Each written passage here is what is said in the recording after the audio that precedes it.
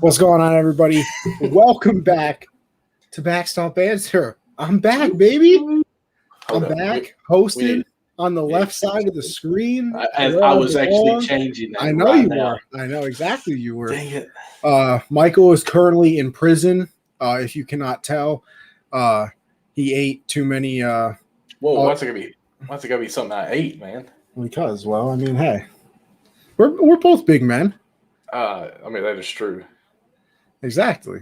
So it's all right. It's not. Listen, who said it had to be anything bad? You made it bad. That's right. So I'm on vacation, a 2-day vacation, basically a weekend vacation. Doesn't happen in retail world. For all you guys that work retail, you will understand. You don't really get 2 days off. I work. Not in a row. Yeah, it hardly ever happens. I actually have worked 8 days straight, and of those 8 days, I closed 4 days. So I'm like, you know what? I'm off today. Let's just load up the kids and take off down to the lake. My mother and father, they have a house down here, so we're actually staying there. And I was like, wait, today's Thursday. I got to get my gear together. So here I am throwing into the van my laptop, my light, who is really not doing the best job right now. Grab my microphone. Unbelievable that this guy forgets his own show. You would think it would be important to him at this stage in life. I mean, it's not like, you know what? Look at the dedication. Here I am on my mini vacation, and you've been off for like 3 solid weeks. Michael, and I still make this happen. Michael. But anyway, I have been doing 3 shows a week for months now. I'm doing 2. Yeah, I guess what's more than 2? 3. Okay. But since we're going to do that now, Anthony, I'm going to throw this at you. 3 kids, all under the age of 4. You 2 shows. Thank you. I appreciate that. You got a wife. It doesn't all fall on her. It's a tag team. Michael, I know she does full-time job. I know she does more than you. College. Oh, now he's going to pull out the college things, guys. What about me when I was in school, working too, doing 3 shows in school? I know. Part-time. No kids. Not married. All right. Who cares if it's part-time work? You want to know why I couldn't full-time work? Because I got school to go to. Exactly. But I'm full-time and part-time college. So. All right. So we just swapped. No, I'm still doing more than. No, I'm lying. I'm only taking 2 classes, so I can't act like it's a full-time college. Exactly. I'm out here taking. Anyways, let's bypass this, Connie. I've missed you. Give me a virtual hug. All right. What a guy. I don't know how this goes. No, high five. Okay. Oh, that's a wall. Anyway, so tell me about your vacation. Let's hear what's going on. Played a lot of golf. Mm-hmm. I would like to announce to the world that I finally shot under 100. Oh, congrats. Not only did I do it once, but twice. Was it a 9-course? A 9-course? No. What is it called? 9 holes, my guy. There we go, 9-hole course. No, we only play 18 out here. Okay.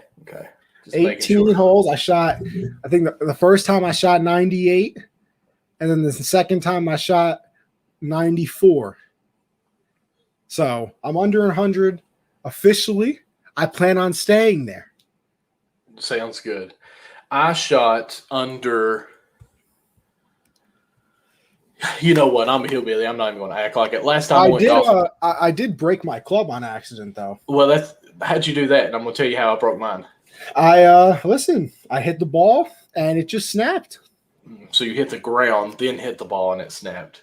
Apparently, but hey. Well, like I said, I'm hillbilly. I love baseball. It was the 9th hole, and on my course here where I live, we only have 9, so actually you go through 9 and just redo it again. I was tired, and I was like, you know what? I suck anyway, so I threw the ball up in the air to tee it off and just hit it like a baseball and hit it perfectly and shattered my driver. So I haven't played in 3 years since I did that, but it was the straightest and longest ball I hit off the tee, or from the tee, I guess. So I was quite proud of myself on that. All right. I'm proud of you. I am. Thank you. But you know what? I'm even more proud of Michael baseball, and I want to talk about it because let's go. I haven't been able to for a little bit. What's crazy, as dull as a moment that we have in baseball, because it's the All-Star break, no games are being played other than the All-Star. This probably was the most intense, electrifying week that I have ever seen of baseball. This was a All-Star for sure. This was a very hyped home run derby all-star event. Don't forget the celebrity softball game. Big fan. I'm a big fan of the celebrity softball game. You hate on it. I'm a big fan. I think it's fun. It's interesting, but okay. You know what? I am disgusted though. DK Metcalf struck out twice. Twice? On slow pitch softball. Hey, don't knock it till you try it. I'm telling you right now, I would never strike out in my life. I struck out once in I give it a 0 softball. I give it a 0% chance I'd ever strike out. I struck out once, but what it was, if the way we played it is if you foul tipped it on the third strike, it's automatic out. I think he missed the ball on all three. I really do. Yeah, he didn't make contact. Like, how do you really? Like, come on, DK. As big as an athlete as he is, if he hit the ball, he probably could have ran it down from home plate and caught it in center field before it landed on the ground. But yet you can't make contact with the ball. Disgusting. I am. But we'll start off with the home run derby. Let's go. And look at Michael over here. We got our Google Docs and everything. He thought he'd be so cute. He put Pete Alonso. Look at that home run derby winner. Repeat. Pete. Oh, now who would have ever thought about that? Nobody's that clever. I actually misspelled it. No, I'm playing. I wouldn't. Michael, I would not put that past you. I really wouldn't. So who did you want to win? Because, we've talked about this in our chats, guys, where we have our bets going on or just the gentleman's bet, as you will. I was actually pulling for Massini. I was so happy to see him go to the second round or the final, I guess you would call it. Just the story that he has, stage 3 colon cancer a year ago to now what he's doing, playing getting to compete in the home run derby. I was just ecstatic for that and just thought that was great that his story could get out there. Really hoped he would have won, but I really wouldn't have put money on him. I was actually probably pulling for Gallo, who pooped the bed, really. Yes, he did. I didn't really care who won. I didn't have a horse in the race, as you could say, because, I didn't have anybody from my main team in this derby. But I don't know. For some reason, I had a strong feeling my man Trevor Story was going to go off, in front of that home crowd type of thing. So he did good in the first round. Obviously, crapped out a little bit in the second one. I can't remember who he must have lost to Mancini then. Actually. So yeah, I don't know. I was thinking Trevor Story. I would have liked it if Soto won as well. Yep. I don't know. I like him. And I mean, hey, for the story itself, I agree with you with Mancini as well. But hey, if Ohtani actually did win that, I think the internet would have broke, and I think baseball would have been in the news to almost a NFL level for a little bit. For a little bit. No, don't get me wrong. Baseball will never be football. I mean, we can't go back to the 1930s when it was like that. But if Ohtani won, that was the only thing that anybody was going to talk about. I mean, that was the only thing anybody talked about leading up to it. I mean, yeah. And I'm amazed, and I guess I'm in my little bubble here, but there's so many people that was talking about that Ohtani actually was going to win this. Like, he had a great shot to winning this. Yeah, I didn't think he was going to either. He was number one, wasn't he? Like, he was ranked number one. Yeah, but were you talking like favorites to win or like just the seeding? The playoffs, the seeding that they had. Well, I figured out because I thought the same thing as you. I thought some of the seeding was disrespectful, but it was literally just based on how many home runs they hit. Oh, okay. So he had the most home runs, so he was the first seed. Gotcha. I made the same mistake you did. I thought that they seeded them here because of this and that. Right. But it was not like that.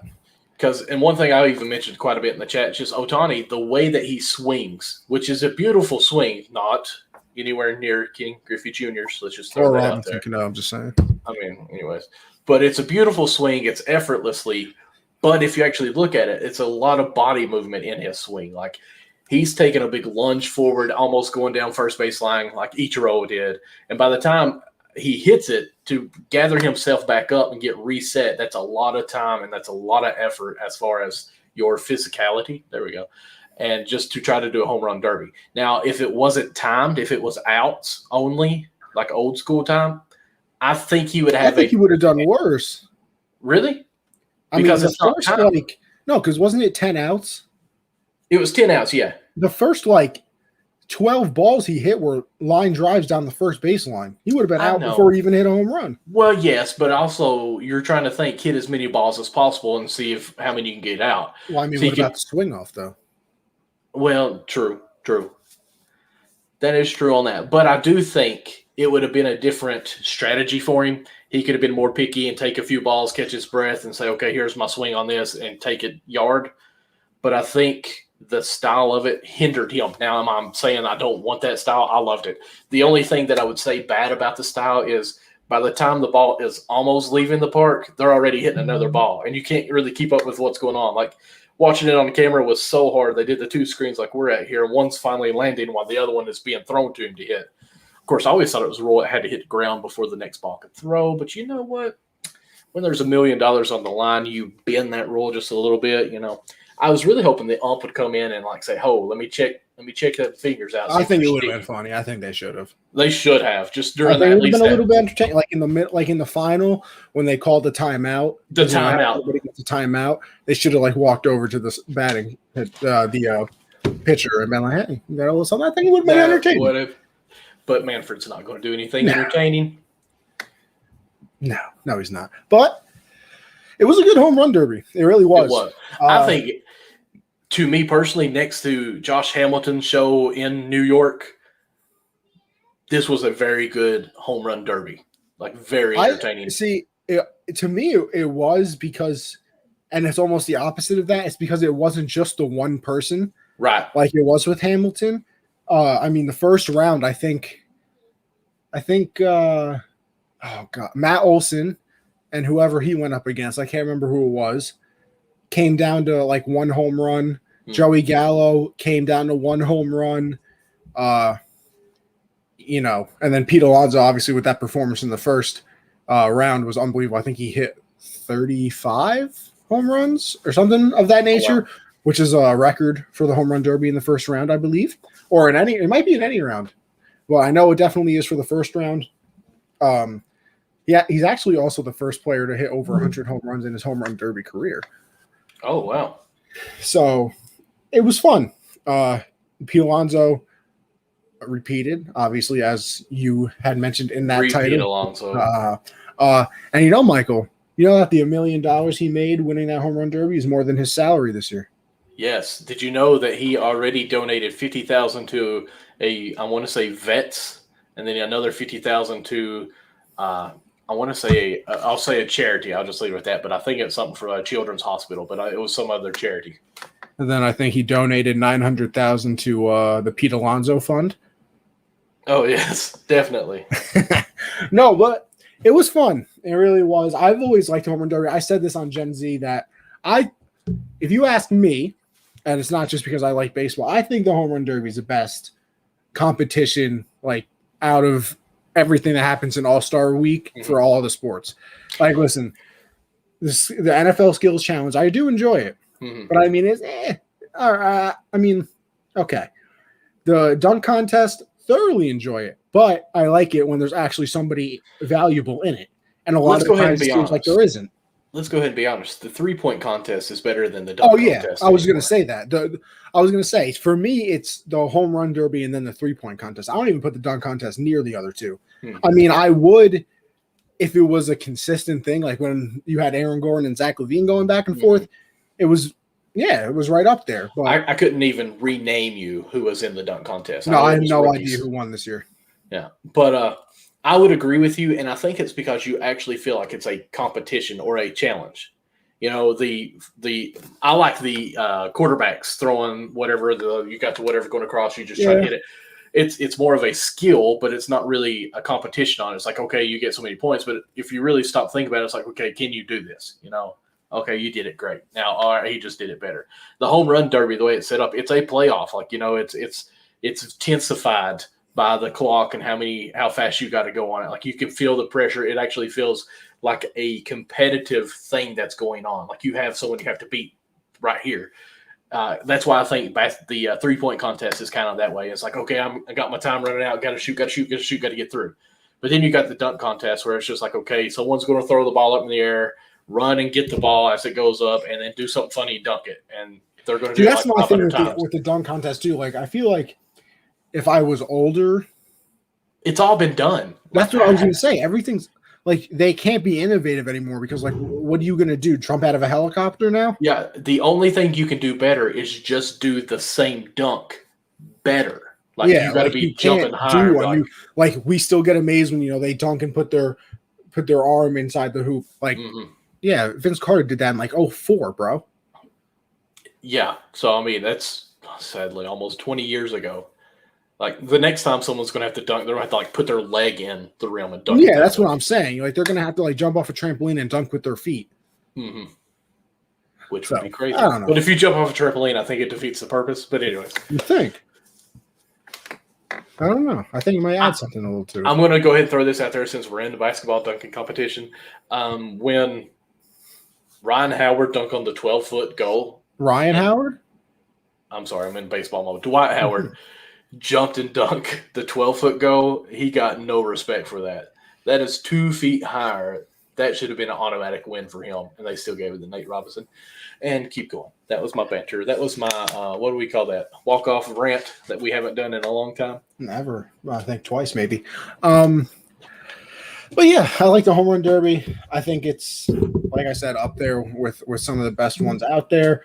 I that's the thing too. Like I know I think I like the home run derby no matter what because I mean it's home runs and it's kind of just amazing to see how far people can hit a ball. And speaking of that, Juan Soto hit 520, which I think was the furthest one in that home run derby, I believe. Yes, that was a record. By the way, I know you can't do this because the home run derby and the All-Star game have to be in the same spot. But like, if they kept the home run derby in Colorado, would not be mad. I mean, do we Only think there's because of the elevation? Right? I Do we want to think? see a bomb. Yeah, I feel like the atmosphere did help a lot, but it helped in a good way a lot. If that makes sense. Oh yeah, like we love. There's definitely home runs that, like, see, and here's my thing. I like the home run derby. I just wish. I mean, and it's the same thing with every competition. I wish like the big boppers would have done it. Like, I would have loved to see Stanton do it. I would have loved to see Judge do it. I would have keep Pete Alonso in there because he's obviously very good at it. Keep Gallo in there because even though he didn't put on a good performance during the regular, you know what he can do. Right. I'm trying to think, Chris Davis formerly of the Oakland A's, not the Baltimore Orioles one.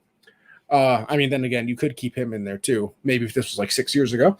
But like, I want those big power hitters that can like bomb one, because I truly think if Stanton or Judge were in this, that they would have hit 550. Oh, yes. I mean, Soto hit 520. Don't get me wrong, Soto, great player, good guy. Which is a record. Great. Yeah, fantastic. Record. Love him. I think Judge and Stanton a little bit bigger than him. Just a tad there, guy. I'm just thinking here. Do you think that we could bring some old guys back for the home run derby? I would like to see it. I mean, I don't know. I mean, I feel like you have to move the fence in, though. Like, I feel you have to make a makeshift fence. I mean, then again, how old are you talking here? I don't know. Like, in my head, I'm thinking like a Mark McGwire that, of course, he's way too old and back injuries and everything. But I'm just thinking, the ball they're throwing at a BP speed, where anybody can hit it. Yeah, I mean, I wouldn't mind seeing it. Like, you take maybe you do one side of the bracket as current players, one side is the old ones. What about a celebrity home run derby? I would thoroughly enjoy that as well. That would be interesting. Have I don't know, we'll say Justin Bieber up there trying to swing for the fences. I mean, they do the celebrity softball game. Why not do a derby? We might be onto something here. Have let's see here. Have a chick out there. I'm trying to think of I would say Britney Spears, but she's too restricted right now. Yeah. Free Britney, by the way, people. Hashtag that. No, hashtag free Britney. JoJo Siwa played pretty well in the Celebrity All-Star game. Yes. What's that girl? What's the lady's name? She was on the Olympic team for the softball. Jenny Fitch. Jenny Fitch. She pitched some, didn't she? First of all, Jenny, if you're not married, hit my line. Second of all, she could be in it. I'd love to see a celebrity home run derby. See, I think baseball's missing out on that because all the other sports besides football, obviously. Backstop Banter celebrity home run derby. No, listen, Let's you go. can set it up right now. We'll find a nice little league. It's got to be in Colorado.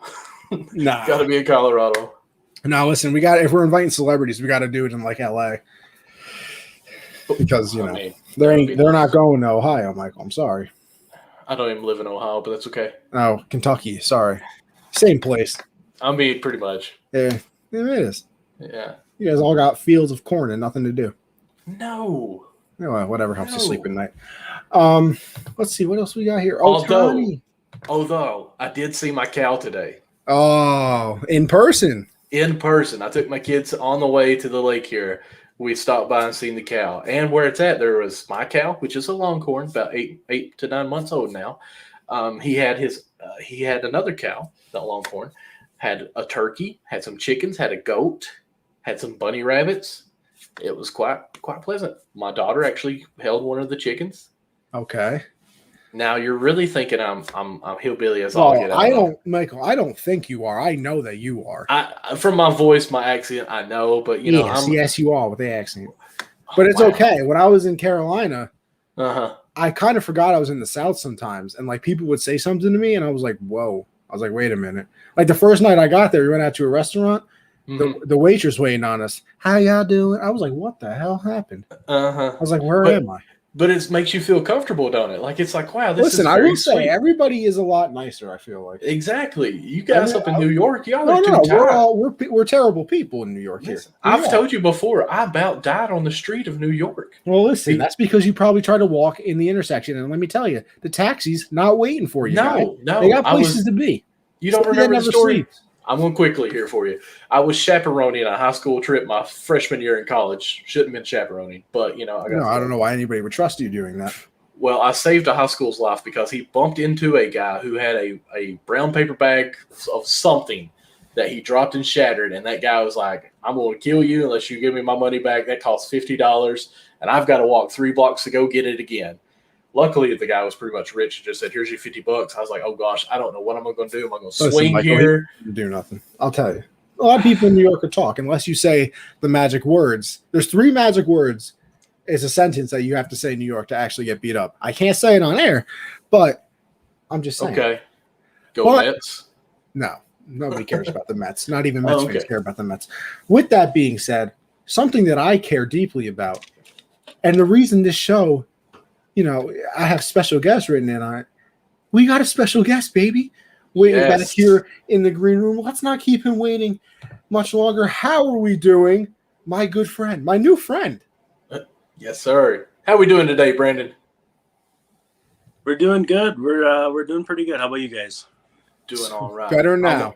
I'm on a mini vacation. I'm not in a dungeon. I promise you. Doesn't he look like he's in prison? Well, I just came off a vacation in Montana, so I can talk about vacationing in prison. Hey, nice. Where was you at in Montana?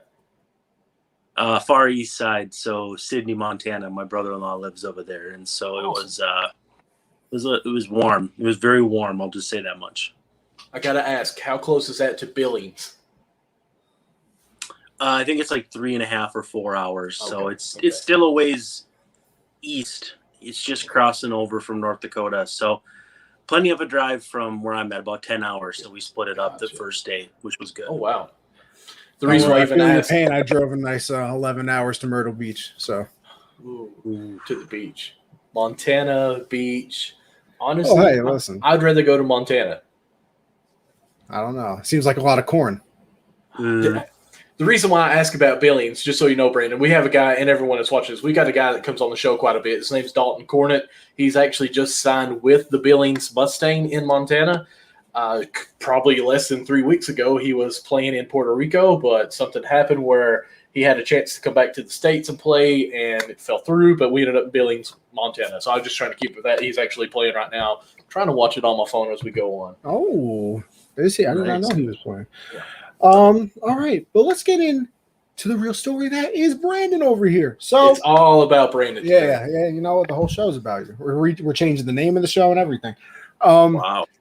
Yeah. I don't know if you just want to give a backstory of who you are to everybody watching, and we'll go from there. Well, how much time do we have? Anytime. Vacay. So I've been covering the Twins in some form or fashion since about 2010. I graduated high school in 2004, did the college thing, played a little baseball in college. Yeah. 86-year-old or 86 right here, right? 1986. I feel 86 years old, so yes. All right. I did the college thing, I did the baseball thing, and then I interned at Baseball Prospectus, wrote at Fangraphs, started covering the Twins for a site here in town. And then when that went away, I jumped to another place. And when that went away, I just decided to start my own thing. And so that's what Access Twins is on Substack. It's just me basically being my own boss. I can write when I want. I can not write when I don't want. I'm starting up a podcast here next week. That's kind of a continuation of the previous efforts that I'd started. But I've been watching the Twins since I was 8 years old back in 1993. Well, 7 years old since I was 1993. Gotta make sure the math comes out. I was a fan for about half that time, and I've covered them for about half that time, and it's been quite a ride. Now, you said you were a fan for half that time and then covering them, do you have to turn the fandom off when you're covering them so you can be, I don't know if objective is the right word, or, not, geek out because you're with the Twins? Like, do you have to turn the fandom off, or is that just always going to stay there no matter what? No, you got to shut it off if you're going to be good at what you do. And there's a unwritten rule, no cheering in the press box, and that's definitely a thing. So when I started covering the Twins for the first full season in 2013, the outlet that I was with impressed upon me the importance of maintaining that ambiguity. And so there was no more Twins fandom. I mean, I still like to see them do well, and I still view them in a lot of ways like I did as a fan. It's just not the rah-rah cheering and all that. So it's a fine balance, but you have to unplug that fandom when you're in that clubhouse because you've got a job to do. They've got a job to do. And I mean, some people blur that line, but for me, it was important not to, because I was starting from a point where I wanted to be taken seriously by the people who've been doing it longer than I had. And so I had to follow those rules a bit more strictly. Right now, I can do pretty much whatever I want. Back then, I was very, very careful. I want to go ahead and ask, because I am a Cincinnati Reds fan, and, just want to ask here, how long did it take you to make that video? And for everyone that's wondering on this, I'll let you talk about it, because when I seen it this summer, I was amazed and shocked, because all I could think is, how many times did you try this? You're never going to believe me, ever. So for people who don't know, I created an MLB The Show carbon copy of the Drive into Left Field by Castellanos. Apology from Tom Brenneman. Oh, it was sincere. And it took me 10 minutes. 10 minutes. Wow. Nice. I think it was four or five takes I had. So you can't see, but we're in my office here. I had 2 12-packs of Coke Zero. I propped my phone up to record my TV, and then I just synced it up with the video on YouTube, and just boom, that was it. And fortunately, the way I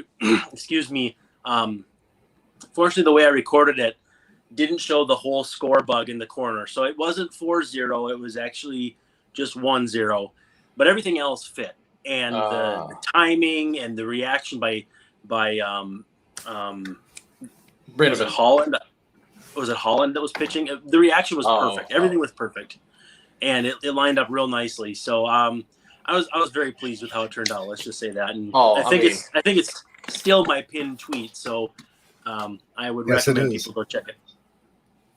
Yes, by all means. It was. I mean, when I seen it, and again, as a Reds fan, like when I seen it live, I was like, "Oh my goodness, did this really just happen?" And like, first of all, I'm sorry for the words that I said, and he just hit a home run in the top of the fifth, And then I seen it on Twitter, I think it was, and instantly I had to share it in our Unwrapped Sports chat, and all the baseball guys were like, listen, guys, this is phenomenal. Somebody just recreated this. And now I am talking to the guy who recreated it, and that was just awesome. I would have assumed that you had to do it at least like 100 games in my head. Like, you was playing. I'm like, okay, I'm about to score here. I've got a guy on third. I'm just going to steal home and make sure he gets out so I can get this guy up. So no, my favorite thing like that though is somebody recreated the game. I think it was Game 6 of the the 86 World Series, so the year we were born, and they did it on RBI Baseball. So if you look that up, that took a lot longer than what mine took. There's no question about that. That's pretty cool too. Definitely check that out. Now, Brandon, I don't know if you're aware, you have some more work to do though, because apparently, I believe it was Castellanos again hit a home run while they were doing a eulogy of somebody. And listen, I shouldn't laugh. I feel bad about it. No, I shouldn't laugh either, but I need part 2. It's only fair. Yeah, I probably will. And then the other funny thing was I tweeted it during the All-Star game. It was it's the 7th inning stretch, and I stand up for cancer, and then I had an interrupt, and Castellanos hits a homer, and I was thinking that was kind of funny, and then I thought, I thought they only did that during the World Series, so they actually did the stand up for cancer during the All-Star game, and I was like, oh no, that was a little. We were flying a little too close to the sun with that one. I felt pretty bad, but if you make a few jokes, some of them are bound to turn out bad. I mean, that's true. Now, do you get any flack for something like that, or is it mostly over positive? You mean, there's always going to be people that hate what you do. I mean, I'm getting crapped on for my Pete Rose stuff right now. I just looked at that before you came on. Hold up. Yeah, but you know what? Well, it comes with the territory.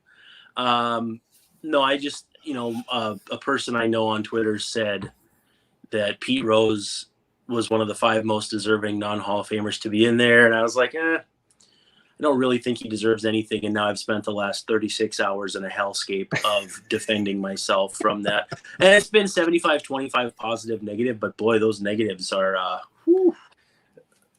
If this was my first year on the Twitter machine, I'd probably be reeling. Right now, I'm just laughing, just playing along. So you don't think he deserves to be in the Hall of Fame? Remember, I'm a Reds fan. I've had a lot of bad tweets in the last day or so. So it's not good. Yeah, see, I knew I was stepping into a hornet's nest with a Reds fan bringing up Pete Rose. No. Listen, I'm all good, all smiles. I just want to know, why don't you think he belongs in there? For the fans, not for me. So no, as a player, he's very clearly a Hall of Famer. He just, he broke the number 1 written rule, not unwritten rule of gambling, and he ruined ostensibly some careers. Mario Soto, and some people think he hurt Eric Davis. Some people think Cal Daniels. I don't know how much of that is true, because that was all when I was like you, very young. Right. But sometimes it's a sin of omission versus a sin of commission. You say he only bet on them to win. Well, he managed them to win and lose. So it doesn't matter when he bet. It was how he managed. And it just, beyond that, there's a lot of unsavory things about how he conducted himself relationship-wise with, let's just say, people that were not of age in the 70s. So just all those things combined, I could take or leave him. All of his accomplishments are in the Hall. He has more hits than Ty Cobb, which is amazing, but I don't need to see him go get a chance to own up to it and didn't do it. I don't know. It just doesn't do anything for me. Oh, no. And I'll say this, even as a Reds fan, I mean, it's been so long ago, I don't know much of his lifestyle, what all he did. I know he was a big partier, more or less. But I was watching Johnny Bench. I want to say it was on Netflix, just kind of like a documentary about him. And Johnny Bench was talking about how during his time when he was great, the spotlight was on Pete Rose for the bad stuff. And then they had a little interview with Pete Rose and how he's like, man, Johnny hated me during this time because he was doing I want to say he had 25 home runs when he had 20 attempts at stealing all 20 for 20 that he made. And it was just some big stat that he had going on there. And he's like, but the attention was still on me. And Johnny deserved the spotlight then. And he wouldn't speak for me. He was saying like for a year. I don't know. I'm exaggerating on that. But it was just you really got a kind of a glimpse of what he was saying there of how bad of a person Pete really was that took it away from the whole team. But he's still, man, he's a Red. He deserves to be in there.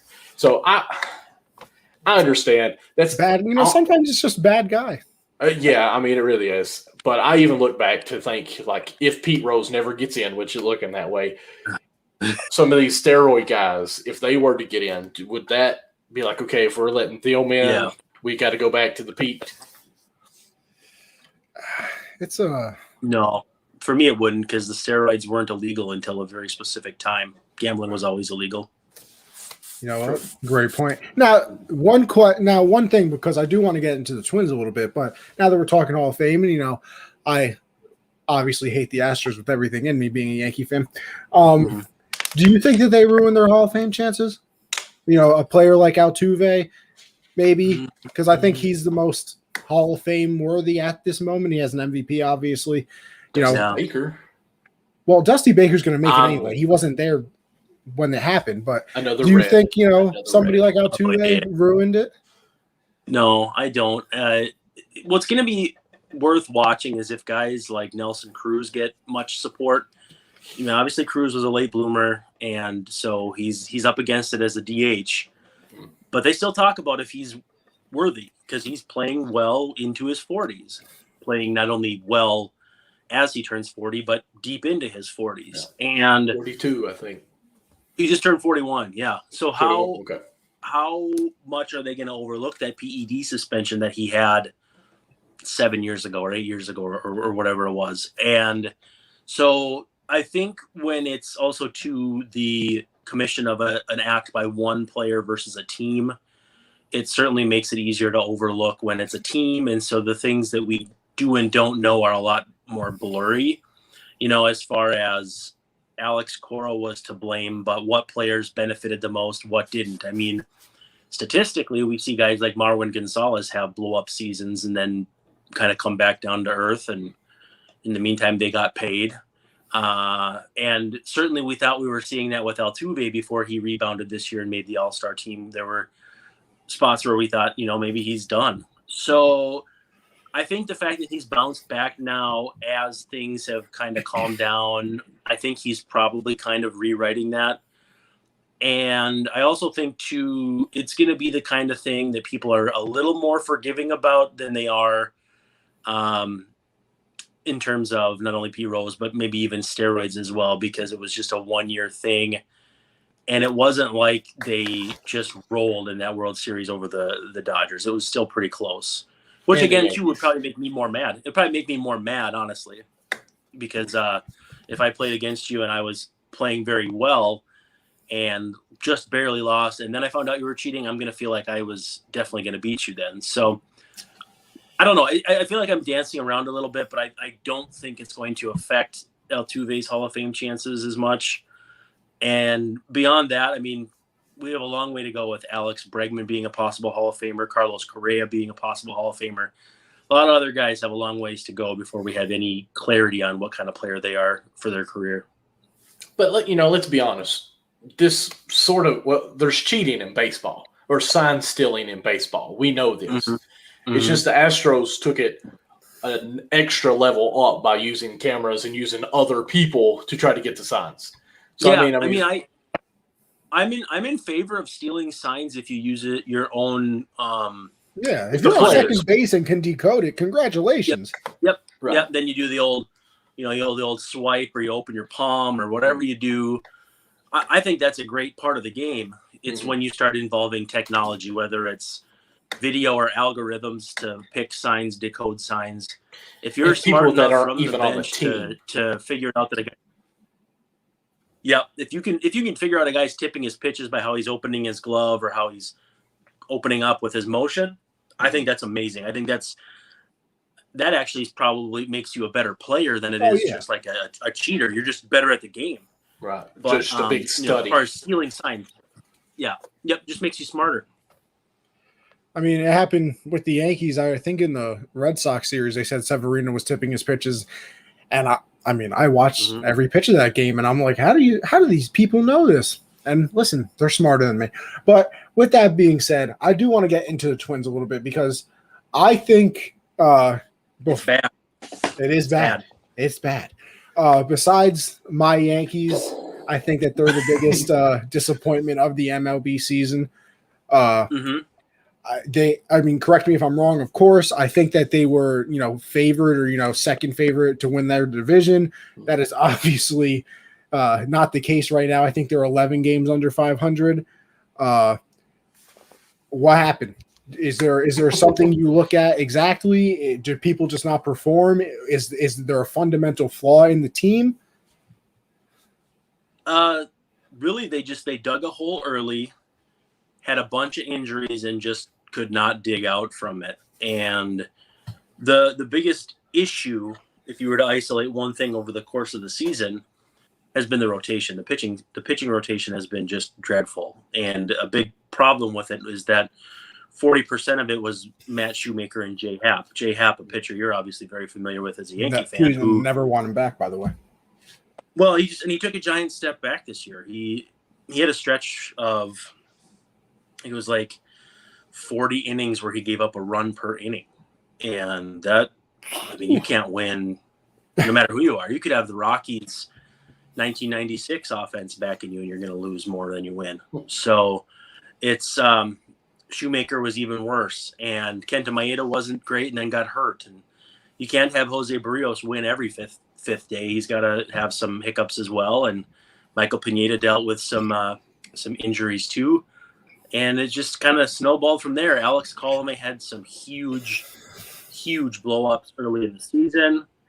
And then it was just kind of everything that could go wrong did go wrong. They should be, in my opinion, within 3 or 4 games of 500, one way or the other, based on how the Mets have played with all their guys hurt, how the White Sox have played with all their guys hurt. The Twins can't pitch like those teams do, but offensively, they've been just healthy enough that they should be decent. And this has been just an absolute abomination, just horrible. Now, one question I want to ask you real quick, because I actually did see you say something about this on Twitter, is Nick Gordon. What's his role going to be in the future? Do you think he's going to be there long or out past 2022? He's going to be a super utility guy. He's not going to hit enough to play any position regularly except kind of moving around. I think the hope is that he could maybe be the second coming of Danny Santana, which Danny Santana was a decent player for the Twins in his rookie season and just never really progressed beyond that. And he's bounced around. He's been, I think, a Brave or a member of the Rangers. I think he's with the Red Sox now. But a guy with a 26-man roster who can play maybe a little short, might be a little stretched there, but he can play second. He can play center a little bit. He's got a decent enough arm to play third. Those guys have value. It's just a matter of, did you really wish you had drafted him top 10 in the draft 7 years ago when you did? So I don't see him being a difference maker. I think they have too much depth in the infield, both in terms of Polanco, Arise, Donaldson right now, and Royce Lewis and Jose Miranda coming up. And so I don't see him being any kind of difference maker. He's not as fast as his brother, and he probably may not even hit as much as his brother, which is really saying something. Now, I mean, you said it yourself, just the term value, and, we've kind of seen the first stepping stone today with Jock Peterson being traded to the Braves. It's about that time. This is, trade deadline is coming up.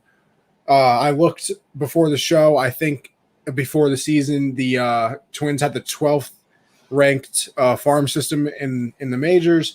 So obviously in the upper half, but I can only assume that there's going to be a fire sale of the Twins. At least that's what I would think. Once again, correct me if I'm wrong, but who holds that value? Who's the piece? Who do you think is going to get traded? Is it big trades that are going to really help the farm system? Or are they going to go for MLB ready players? Well, it's kind of going to be a unique dichotomy because their farm system has trended a little ways down because they've graduated a lot of guys, the Trevor Larnacks and the Alex Kirilloffs and all that here just this year alone. But they do have some pitching depth coming up that would have been probably closer if not for the canceled 2020 minor league season. So that hurts a lot. And so those guys are slowly but surely progressing. Jordan Balazovic pitched tonight for Wichita, and Louis Varland is moving up. They got a few guys in kind of different levels. So I think they sense that they have a chance to turn this around in the offseason. And I think they're probably right if they can get just adequate starting pitching and kind of patch some holes in the bullpen. The offense is in a good place.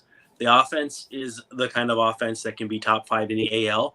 And if you mix that with the top half rotation in the AL Central, you got a chance. So, and we also have to remember, this is a top, I think, 3 team by Fangraphs WAR pitching wise the last 2 years in the American League. So they do know what it takes. They just didn't do it this year. Now, this free agent market was full of landmines. You know, if they hadn't signed Matt Shoemaker, but they would have signed James Paxton, that blows up in their face after 21 pitches.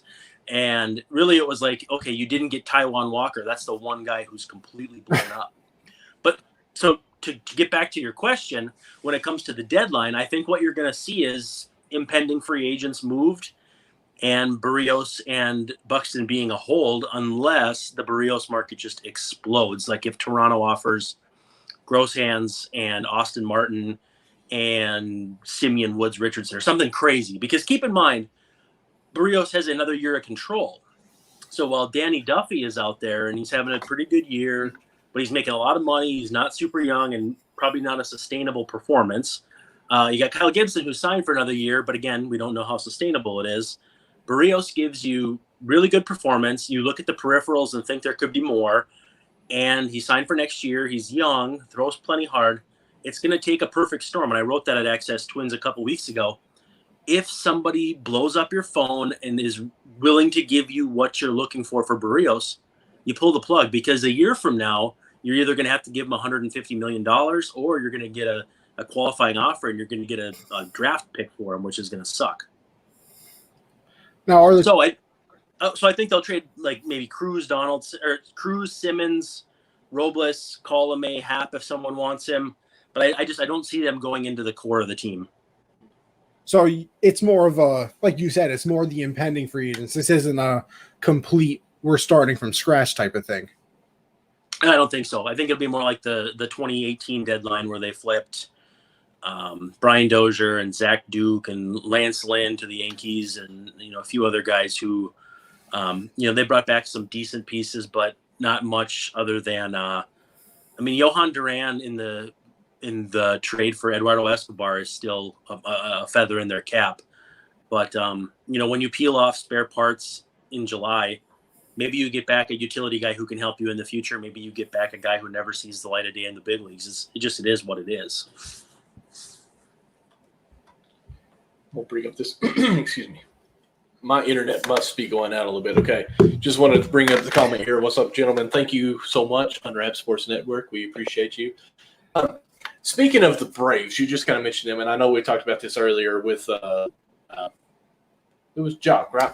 Peterson. Yeah. That was just right. Do you think, and this is for you too, Connie, do you think there's a chance that with Acuna out that they bring him in to see how it goes? I mean, they still got 2 weeks. They made this trade kind of early. Do you think if it doesn't go well, they say, you know what, let's just turn right back around and see if we could get anything back for him? I think so. Yeah. I think it was 2017 when the Twins did that with Jaime Garcia. I think they actually got him from the Braves, and then they flipped him to the Yankees. So it was a switcheroo where he made one start, I want to say in Oakland. Like he didn't even actually pitch in Minnesota. He made one start for the Twins in Oakland, and actually it cost him. I always sound like I have something in my throat when I say his name, but it's Huascar Inua, who actually pitched really well for the Braves earlier this year before he punched the wall and broke his hand. It's possible that that's what the Braves are thinking, because, when you're 44, and I think they're 44 and 45 coming out of the break, it puts you about single digits playoff odds. I understand the pessimism. Now, keep in mind, in 2017, when the Twins flipped Garcia after keeping him for like 6 days, their playoff odds on the deadline were like 4.0% via Fangraphs. They ended up playing in the wild card game after they got rid of Brandon Kinsler and after they got rid of Jaime Garcia. And so it's easy to leave your season for dead with single-digit playoff odds in July, but it doesn't mean it's over. And when I look at the Braves, what are they, 4 games out of the division, I think it is? Oh, something like that. Stay the course. Stay the course. You got to stay the course, if you ask me.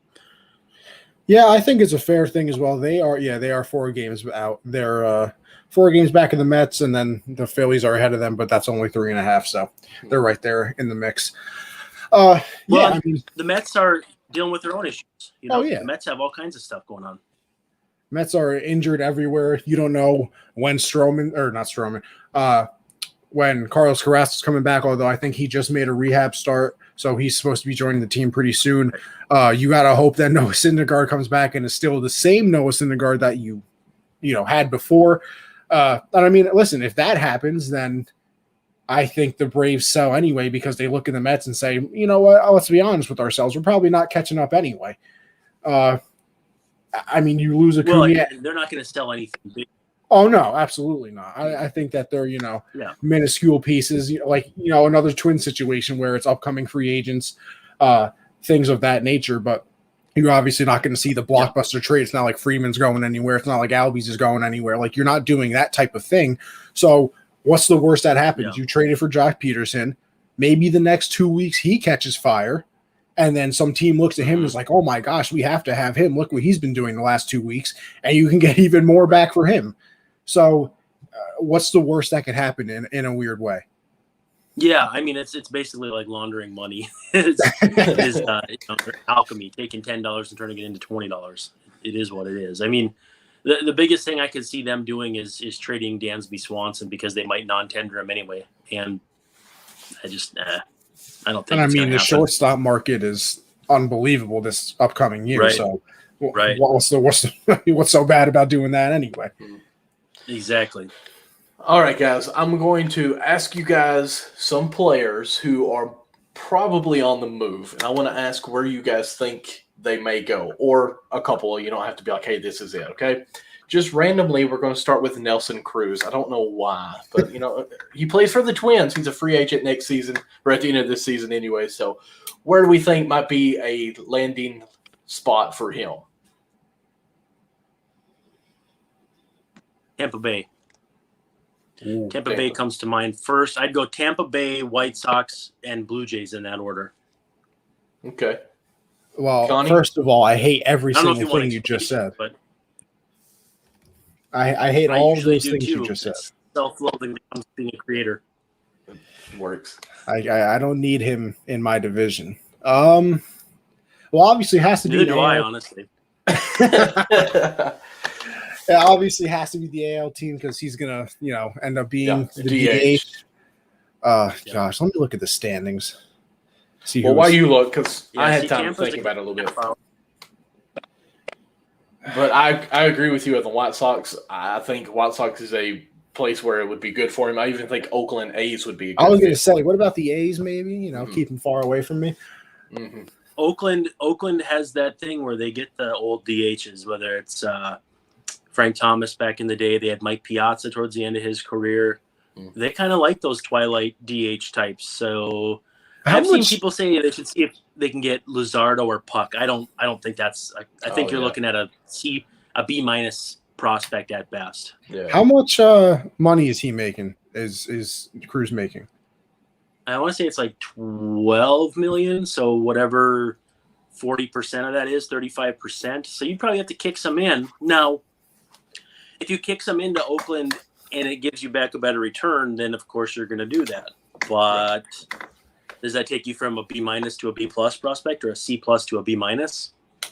See, I don't know. I think it's going to be underwhelming.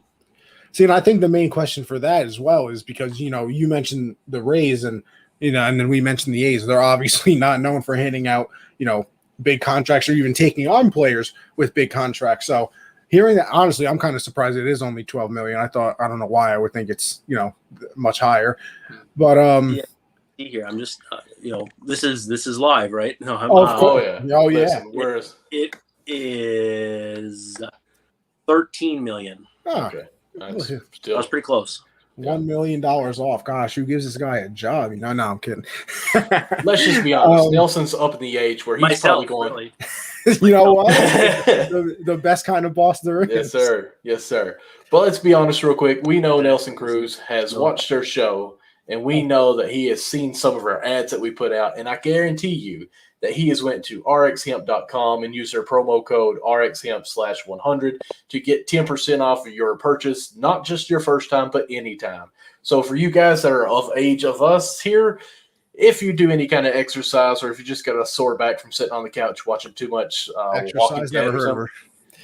yeah, go to rxhemp.com, use promo code USN/100 for 10% off of your purchase. There, Yes, had to sir. plug one in there. Next name. Go ahead, Condi. What you about to say? No, go ahead. Okay. Who I am dear and ready for him to believe, Chris Bryant. He's going to the Mets. I think so too. He's free agent, of course, at the end of the year as well. We all think Mets.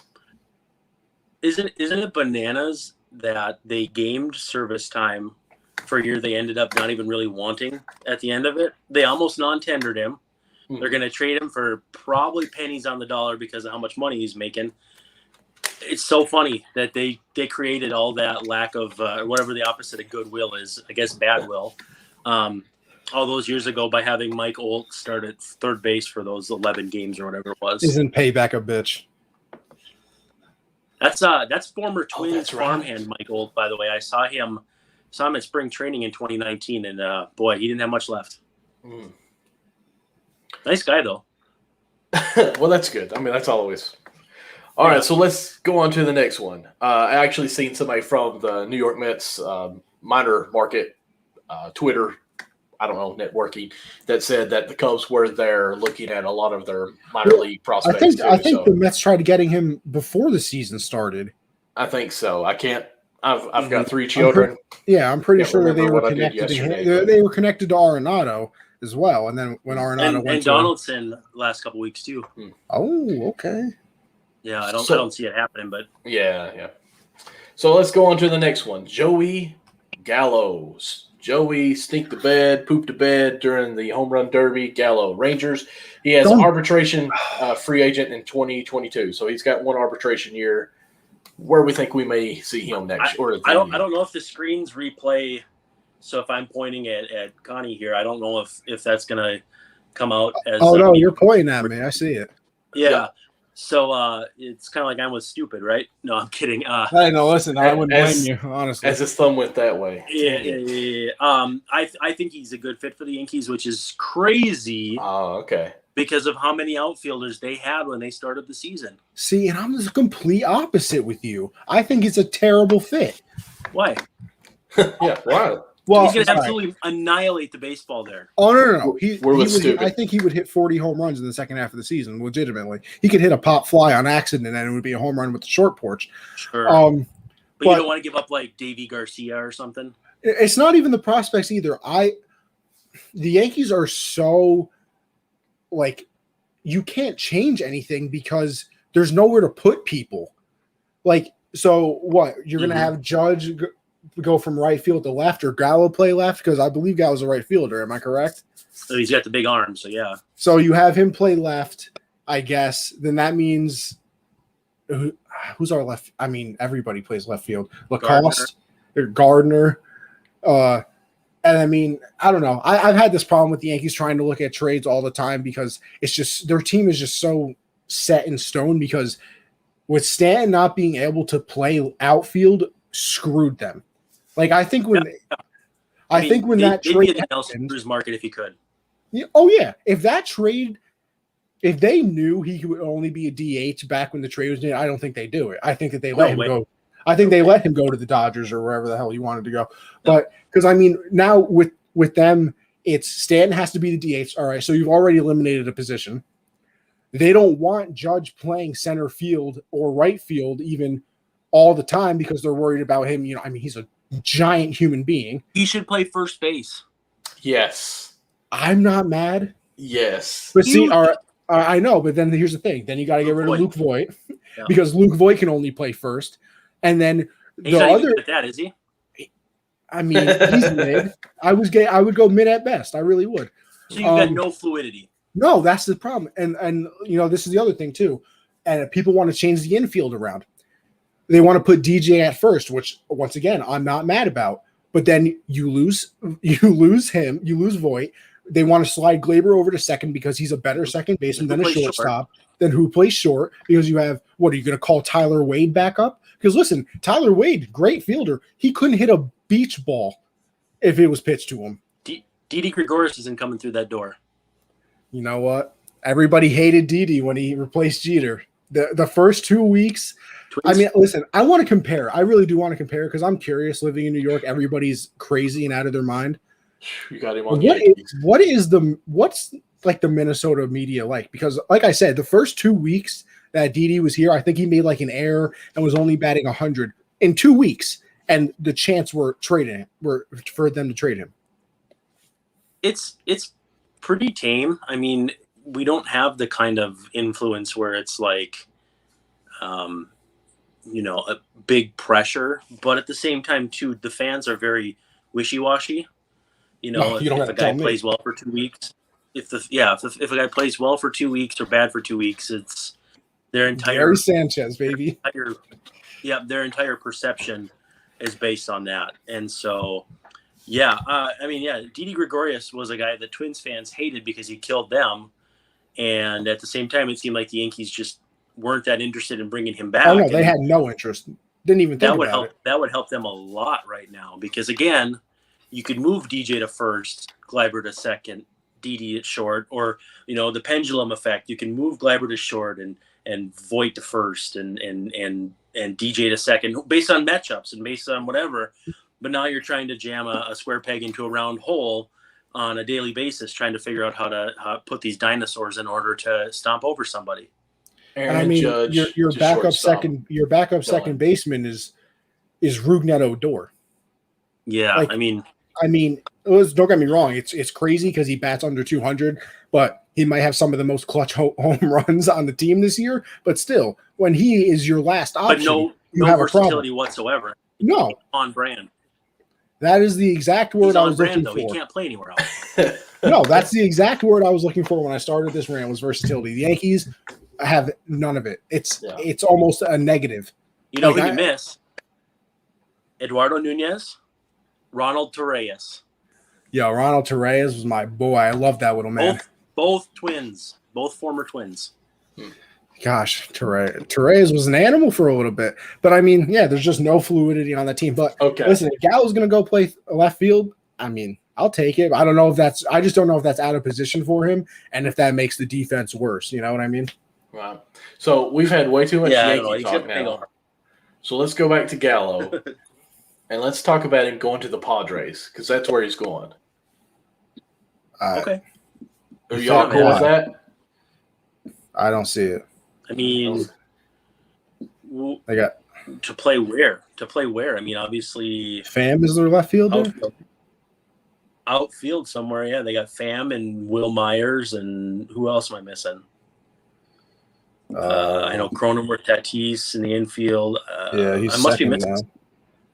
Who are we? I must be missing somebody. Let's go to this Padres depth chart. And we used to play this game when I was in high school, where like people would just randomly ask me who plays second base for the Expos. I would have to just know, and it was like, it was tough. Grisham, Pham, Grisham, Myers, and then you got Profar. So I don't. Could Gallo play first and have Hosmer hit the pine? I don't see it, but it'd be an option, I guess. I wouldn't hate that. If I was a Padres fan. Hosmer sucks. I mean, if we're being honest, Hosmer is not good. Not good anymore, no. No, he's not good at baseball. Okay, let's keep on moving here. How about Kyle Gibson for the Rangers? He's got one more year at $7 million. Let's see here. Yep, that's it. And so where we think are a good fit for him? Any pitcher is going to be Toronto, probably. I think they'll make overtures for Jose Barrios, see the price, run away screaming with their hair on fire, and give up like their number 7 or 8 prospect for Gibson, because while Lance Lynn cost Dane Dunning and more, Gibson's not as good as Lynn, even though he's making less, and he's also, I want to say, about the same age or maybe older. So I get the sense that they could pull in Kyle Gibson, who, with that infield, I don't think, with turf and a ground ball pitcher like that, it probably wouldn't be so bad. But you could probably get him for a prospect that you or I probably couldn't. Well, I don't think they're on turf anymore because that field in Buffalo is grass. Yeah. Oh, that's right. I keep forgetting they're not in Toronto. They're hoping to get back there eventually, but now that LA County's doing masks again and the Yankees have their stuff, it's not looking too good to go back to Canada this year, I don't think. Yeah, single tier. You know what? I'll say Toronto, though. Call me crazy. I think the Mets are going to try for another pitcher. I could see it just because. Especially with how everybody keeps getting hurt. Exactly. And Stroman had the hip thing. And I obviously listen to all the Yankee broadcasts. David Cohn says you have to have like 10 pitchers going into a season or else you don't really have any. So what's one more pitcher? You obviously, like I said, you have to hope that Carrasco is good when he comes back. You have to hope that Syndergaard is good when he comes back. So adding somebody as insurance, not the dumbest thing you could do. Well, you look at the Padres too, and how many pitchers they've had. Blake Snell's on the IL. I think they put Lamet. I think they put Darvish on the IL as well. Paddock is not who he was before. What do y'all think of the Cardinals in this spot? Or are we thinking they're not even going to be making any kind of buy-in moves? Let's see. We got them 8 out in the division, 7.5 out in the wild card. No, they're dead. Okay. I'll say dead. Because I even thought maybe the Reds would make a push for him. Just because it'd be perfect. That's his hometown. Yeah, that's why I would like to see him become a Red. But fingers crossed. But I'm not going to hold my breath on anything. It would be good, and especially to look at this division and how it's situated now. Anybody who trades for Gibson has to sell themselves on, if not contending this year, contending next year, because he's making like 7, 8, 9 million. It's something very, very, very. It's safe. 7 million. I actually wrote that down. 7 million. So I even said the Twins should trade for him again, because I think the Twins are going to be okay next year, and that level of control with a cheap contract. When you look at what guys in free agency are going to get, whether it's Kevin Gausman or even the older guys, Max Scherzer, Clayton Kershaw, it's going to be a wild, wild, wild marketplace. And so I think that going out and being proactive, even if you're not going to contend this year, might not be a bad move. Okay, I've got 2 more, actually 3 more. I've got to do it, and it breaks my heart. We'll go ahead and go here. Adam Frazier.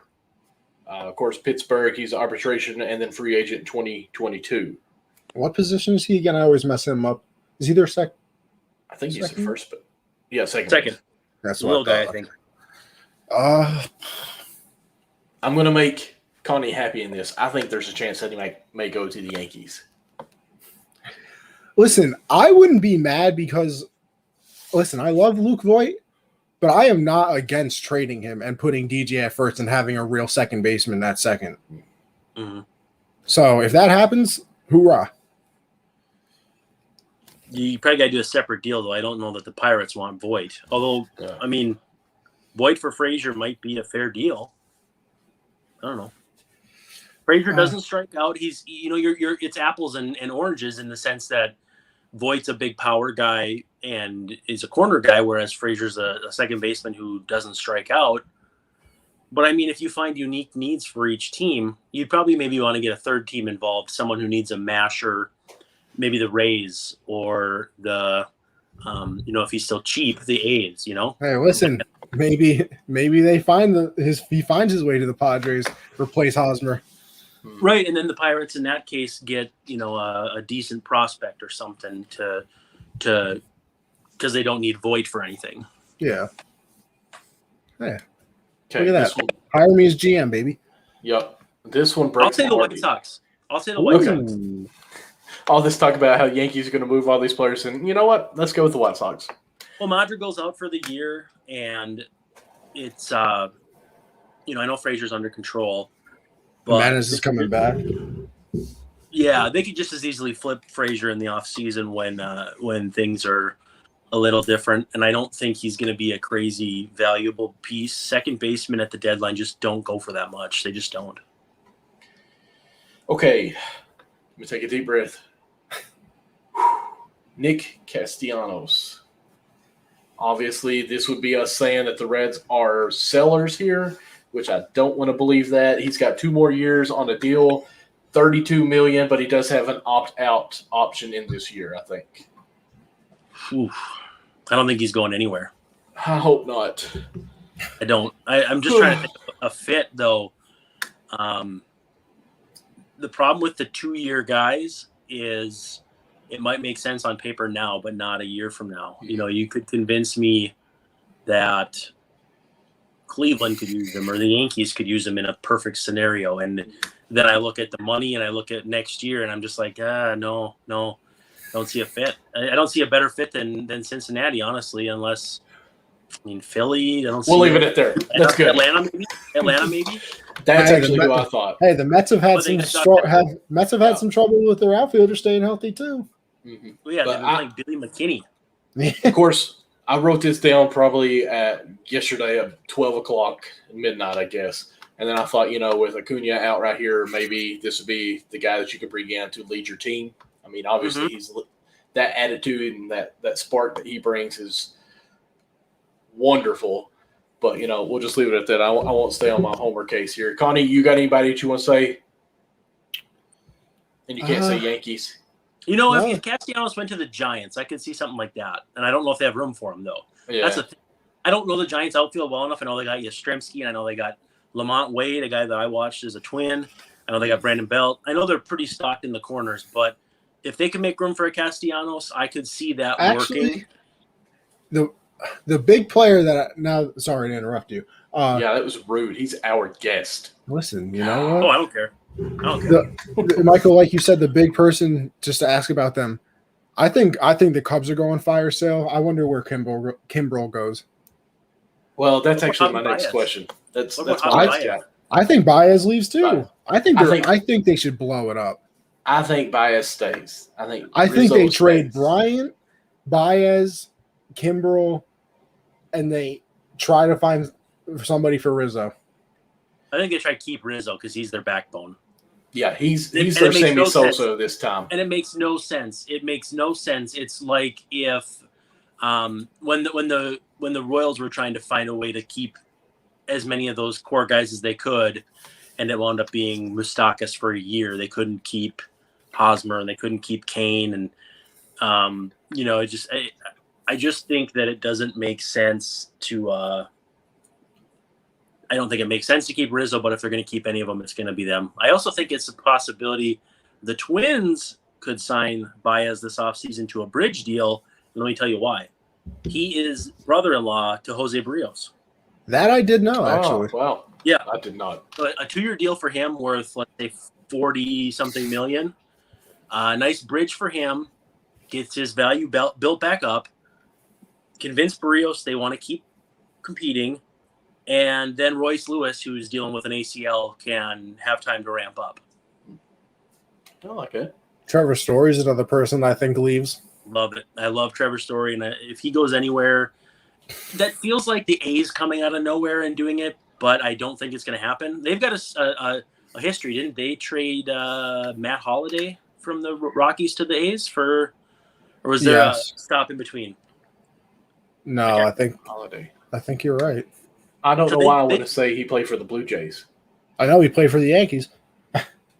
Well, Matt Holliday for the Yankees was like the McCutchen, Travis Hafner. It was a tough time. The stopover veteran that they get like every year. Ichiro. Gosh, those Ichiro days were tough, man. Yeah. I look back at some of those lineups and almost cry. I'm a little disappointed here, guys. And I'm included on this as we say this because, did we really go into Kimbrel much? No, we did not. Okay. I think the Reds should really look into Kimbrel, but that same division, I doubt if that happens. That's just me being Homer there. I never understand that. Yeah. Same division and you get the best return. Do it. I think going back to Atlanta would be a good fit for him, but it's not going to happen. I think coming to the Yankees would be a fantastic thing for him because our bullpen has been garbage recently. Yeah, I feel like the Twins might have broken Aroldis Chapman. Oh, I don't think it was the Twins. I think it was the sticky stuff. I do.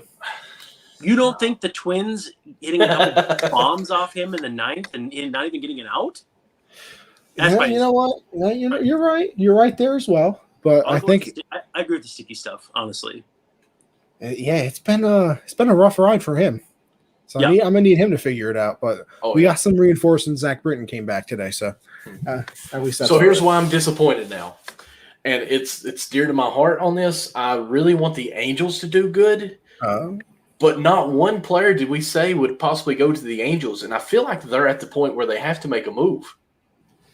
Yeah, I mean they're 9 games out, 5.5 in the wild card. And there's still no Trout. Trout's on the coming. We know that. At some point, he'll be back.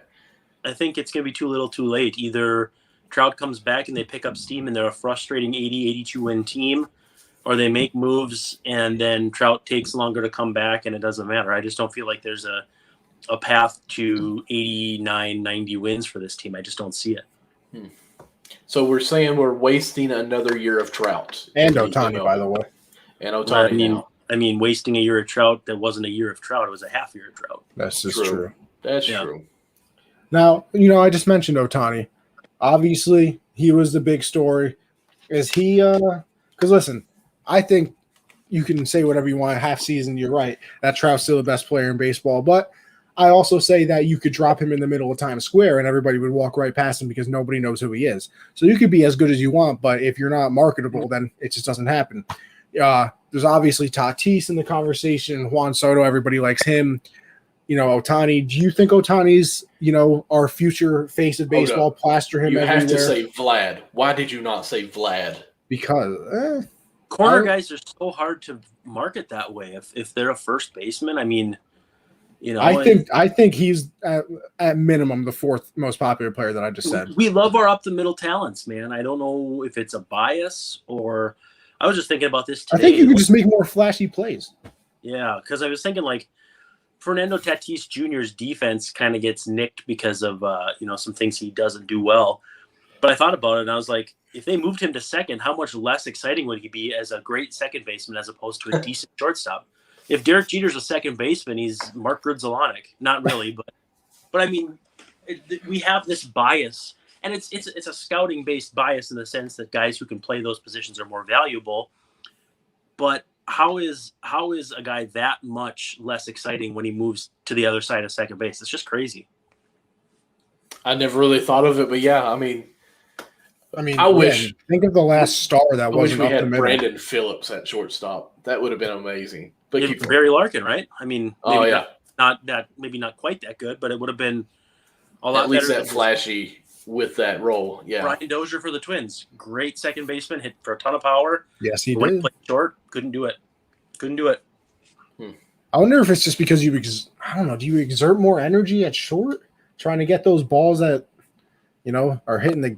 I don't know. Well, it's a tougher spot. There's no denying that. It's just a matter of how that is valued in today's game. If you move Tatis from short, where he's a $30 million a year shortstop, to second. Does he become a $15 million a year second baseman? That's crazy to me. But with the shift, do you think that's going to change the way they're doing the shifts now? And of course, Manfred's talking about not allowing the shift because I think it hinders plays that the shift is like you don't have to do There's nothing more than for them to take the shift away. Nothing. Yeah, I think too. It's a matter of familiarity in different parts of the field. You've got a third baseman playing in the spot of a shortstop, and so there's some respects where versatility, which the Yankees don't have, as we've discussed.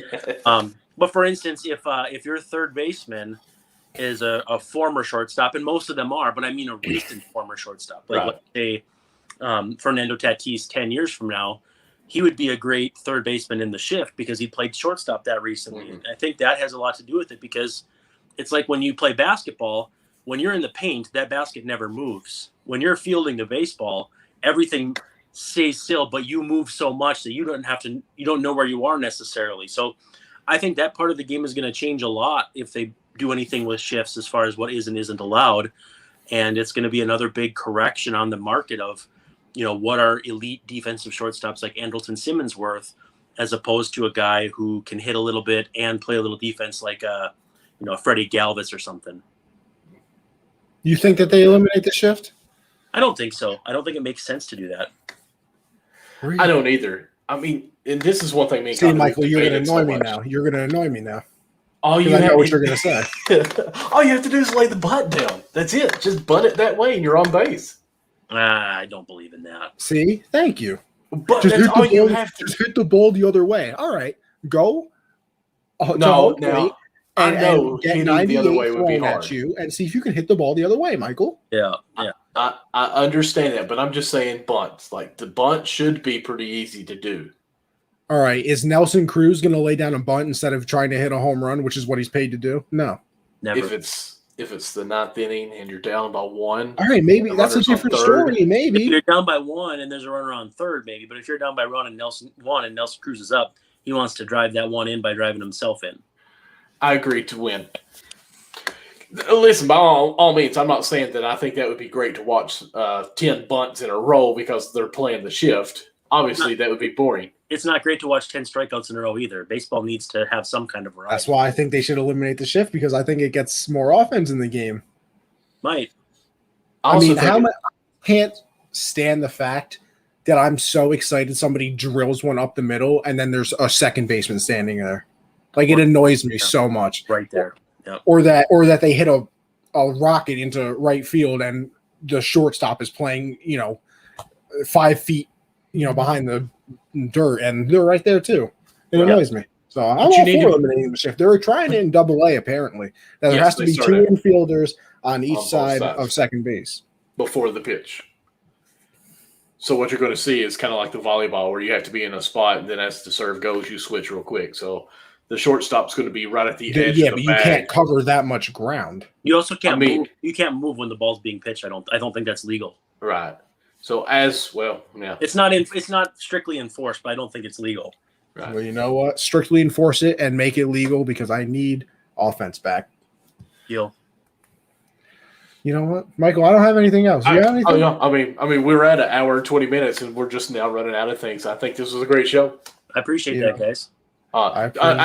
This is usually when we say go ahead and do any kind of plugs you got going on. I do want to say that I remember something about a podcast starting up. If you need 2 whole co-stars on there, maybe like a guest, just hit Backstop Banter up. We'd be more than happy to.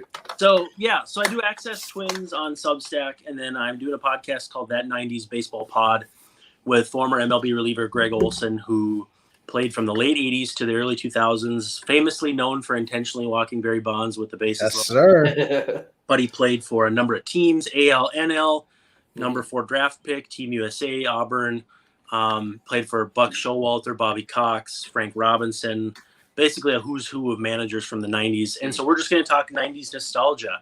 We'll probably do an introductory episode next week. We're going to get into the 1994 MLB strike in the next month or so, because we're coming up on the anniversary of that. And between then and now, we'll talk about, what it was like to face Ken Griffey Jr. in his prime and Barry Bonds in his prime. And we're going to have a lot of fun with it, because there's a lot of meat on the bone, and people love nostalgia in sports. Oh, yeah. I mean, what, you said the 80s to the 2000s? Well, it's going to be the 90s, but he pitched from No, that's what I'm saying. He pitched 80s? 13 or 14 years, I think. Yeah, he had a long run as a reliever. And so relievers face everybody, and he played in the AL and the NL. So, he, even before Interleague, he was pitching against everybody. 90s Yankees, Barry. Yeah, oh, my God. A-Rod. Yep. The Reds. Yeah, I mean, Mattingly on the front end, A-Rod on the back end. That's a pretty big gap. Oh, yeah. That's incredible is what that is. Where can they find you on Twitter? At Brandon_WARNE. And I'd be happy to have people check out accesstwins.substack.com. Just drop your email in there, and we'll put you on the mailing list. Yeah, it's a newsletter, correct? Yeah, it comes right to your email inbox. You don't have to even go search for it if you don't want to. Perfect. You said it comes right to your mail. 86. Leave us Got alone. it. 86. Well, I thank you very much for being on the show. Of course, didn't have to, but you did anyway. You're a fantastic guy. I had a lot of fun. I hope you did as well. Absolutely. But yeah, thank you, Michael. I don't know if you had anything to say before we wrap everything up. No, this is all good. Just other than follow me on Twitter, MDLawson00. Obviously, follow the show. We've now got a Twitter for Backstop Banter. That way, it relieves some questions of what's going on from our baseball unwrapped to the what is banter with it. So go follow that on Twitter as well. Do catch my other live show on Saturday, Count the Bucket with co-star, not co-host. She's the star. Amber, I think it's simply underscore Amber. I might have said that wrong. Simply underscore AV, by the way. Your own co-host don't even know the Twitter. Wow. I'm sorry, Amber. I do apologize. I'm old. I don't even know what really handles Look are. at this but anyways, go follow all that good stuff. It's at 10 p.m. on Saturdays. Yes, sir. As for Eastern. me, Anthony Conover underscore everywhere, basically. Brandon, once again, thank you for joining the show. Thank you. Of course, welcome back anytime you want. Don't even got to ask. You just DM me, say, listen, I'm coming on today. I'm going to say, you know what? Go ahead. But All right. I thank you for being on the show. Guys, we will